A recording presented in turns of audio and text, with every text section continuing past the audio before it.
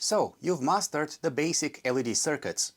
You know how to connect them in series and in parallel, and you feel ready to take things up a notch, to maybe make a powerful flashlight or a high-quality studio light. Well, keep watching, because this video is all about constant current LED drivers and their many advantages over simple resistors as current limiting devices. And because I want this to be a practical demonstration, I've prepared this circuit board. It contains 4 different LED drivers, which we can compare against an LED circuit using a series resistor. If you want to take a look, it is available on my Patreon page, along with all the circuits and production files. Before we begin, a quick reminder: why do we put resistors in series with LEDs in the first place? It is for safety and reliability. With LEDs, small changes in voltage result in large changes in current, so without the resistor you can easily damage the LED by going way beyond its maximum current rating. I have a dedicated LED basics tutorial, so feel free to watch that video for all the details. In a nutshell, controlling the current through the LED is critical for its stability and performance. Adding a resistor is simply the easiest and cheapest way to do that. And really, for simple, low-power projects, that is all you need. You pick a resistor value that fits the current you want, the supply voltage, and the forward voltage of the LED, and you're good to go. However, once you try using a high-power LED, the downsides of the series resistor approach become apparent. Let's switch to my demo circuit board. While a basic 5mm LED is rated for around 20–30 mA, this 1 watt LED can do 300 mA. It is over 10 times more powerful. If I have a 5V supply, I need a 6 ohm resistor to get that current. And that is one of the first problems you may run into. Finding the exact resistor value may be tricky. The closest I have in my stash is 7.5 ohms. It does work, but I am not getting as much current as I am aiming for. And before you say just go and buy one, the very few 6 ohm resistors I see on sale are expensive and not really meant for hobby projects. A way around this is to use multiple resistors. That is why I designed my PCB with multiple slots. Here I can place 2 SMD resistors in series to get a combined resistance of 6.1 ohms. We are a lot closer now, but still not on target. Why? Well, it looks like the resistors I have are not very accurate. I'm measuring 6.6 ohms instead of 6.1. Speaking of inaccuracies, I didn't know the exact forward voltage of the LED when doing the calculations. The datasheet only gave me a range and I assumed 3.2 volts, when in practice it is slightly below that. In fact, the exact value will vary from one LED to another, and it will go down as the LED heats up. So there is one more thing making it harder to calculate an ideal resistor value. Meanwhile, the resistors are getting quite toasty. This doesn't only mean you must use bigger resistors for a high-power LED circuit. It also demonstrates how inefficient the circuit is. The LED is using almost 1 watt of power, but there's another half a watt being wasted in the resistors as heat, so the efficiency is below 70%. We can improve it by lowering the supply voltage. However, that is not always an option in a practical system, which may have a fixed and regulated voltage rail. And in a circuit where the voltage does change, like if you're powering the LED straight from a battery, the current and brightness will drop as the battery runs out. So, to summarize, using series resistors is a simple and cheap solution in cases where precision and stability are not a priority. However, resistors are inefficient and waste power, changes in voltage may affect the current, and finding the perfect resistor value may be difficult. Now let's compare this to a constant current LED driver. It is based on the CN5730 integrated circuit, which supports input up to 6 volts and current up to 1.5 amps. As a bonus, it also has a flashlight function, which is why I have this button right here. This driver is not the simplest. I have a couple of videos showing much simpler solutions, but this one is still relatively easy to set up and use with a few basic external parts. So how do you set the current? Well, many drivers can be configured using an external resistor. I've added a trim potentiometer in my circuit, which lets me adjust the current with great precision. Now let's test it. Pressing the button once turns the LED on. Pressing it a second time switches to low brightness mode, which uses 1/3 of the power. There is also a flashing mode in case you want it, but it can be disabled. As expected, I can easily and precisely adjust the current with the potentiometer. The value stays constant, even if I change the supply voltage. Neat! So overall, this is a simple and reliable driver that can be used to make a bright flashlight. However, it does have a few drawbacks. While it can keep the current steady, it is about as efficient as an equivalent resistor. That is why it gets hot during operation.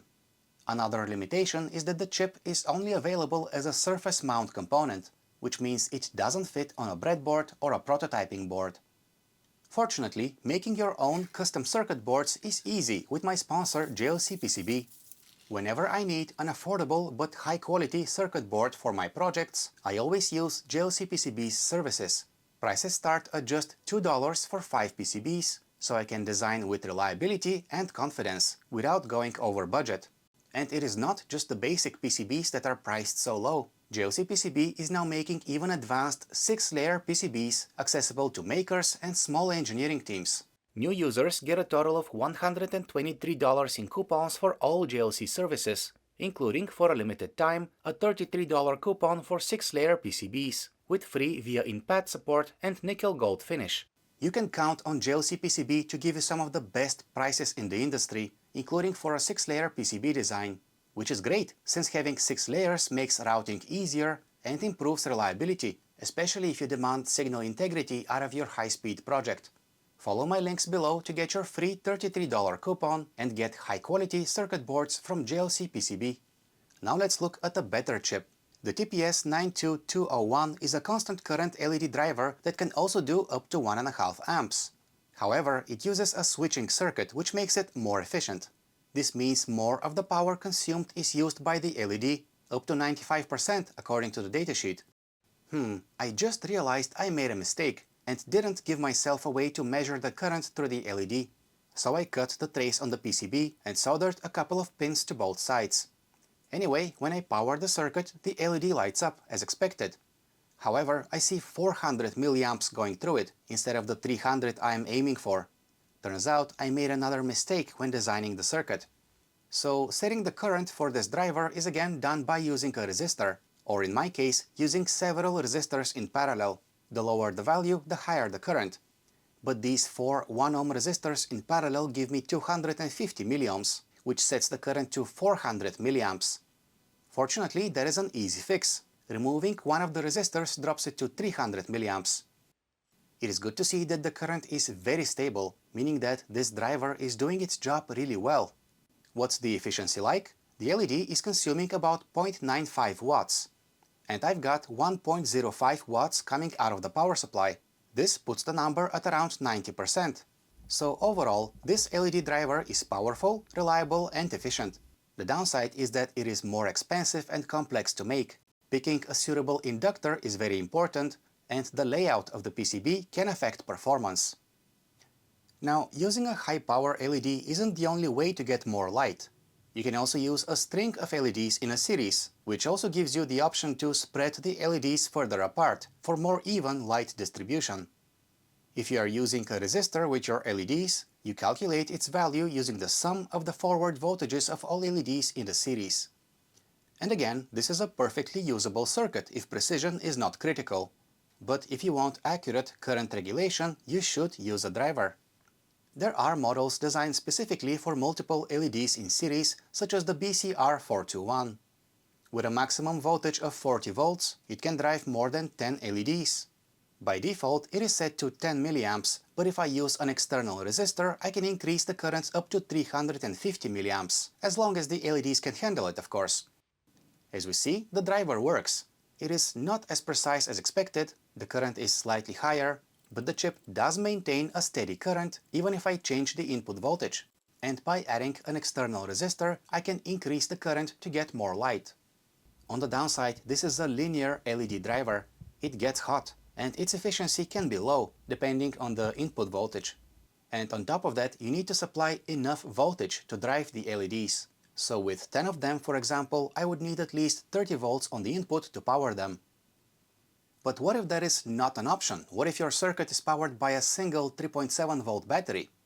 Well, there are drivers optimized for this situation.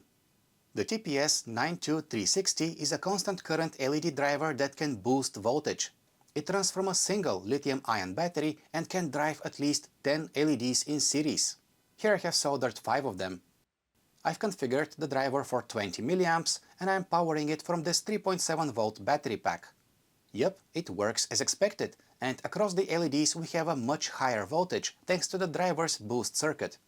Even if I add another LED, the current stays the same. If I change the input voltage, the current through the LEDs doesn't change either. The driver boosts the voltage just enough to overcome the forward voltage of the LEDs and to keep the set current level. With this setup, the efficiency is around 80%, and I believe it can be improved by optimizing the circuit using a bigger inductor and a better diode. One thing I haven't mentioned yet is that with all these drivers, you can control the brightness using pulse width modulation, or PWM. Feeding a PWM signal into the driver makes them go on and off rapidly. Our eyes see this as a change in brightness, and the width of the pulse determines the perceived brightness level. You do not have to use this feature. I just wanted to be clear that you can adjust the brightness without swapping resistors, as long as you have something to generate the signal, such as a microcontroller. So, in conclusion, it is perfectly fine to use basic resistors with simple, low-power LED circuits. But if you want to use a high power or a large number of LEDs, you should consider using a suitable LED driver. Yes, this will add some complexity to your circuit, but it will also make it more reliable, not to mention the extra useful features that you can get with some drivers, such as the option to boost the voltage. Once again, the circuit board and PCB files are available on my Patreon page, where I also publish helpful articles from time to time. Thanks for watching, and I'll see you in the next video.